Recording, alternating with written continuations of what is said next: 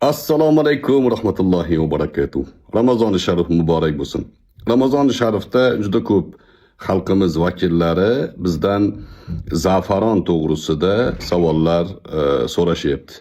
Bularni top 10 taligida, top 5 taligida eng ko'p so'ralgan savollarga bizning mutaxassislarimiz javob beradi.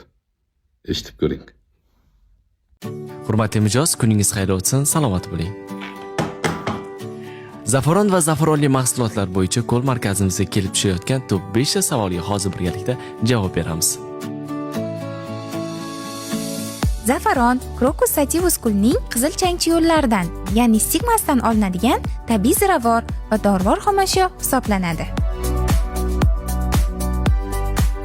Zafaron tarkibidagi kratsin, safranal va pikrokratsin kabi birikmalar tufayli kuchli antioksidant hisoblanadi. U hujayralarni himoya qiladi, asab tizimini qo'llab-quvvatlaydi va kayfiyatni yaxshilashga yordam beradi.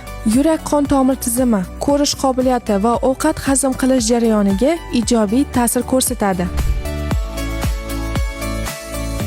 Agar onlayn xarid qilishni istasangiz, Uzum Market, Yandex Market, Korzinka Go va Wildberries ilovalari orqali buyurtma berishingiz mumkin. Toshkent shahrida bo'lsangiz, bizning BNB Market do'konimizga tashrif buyurishingiz mumkin.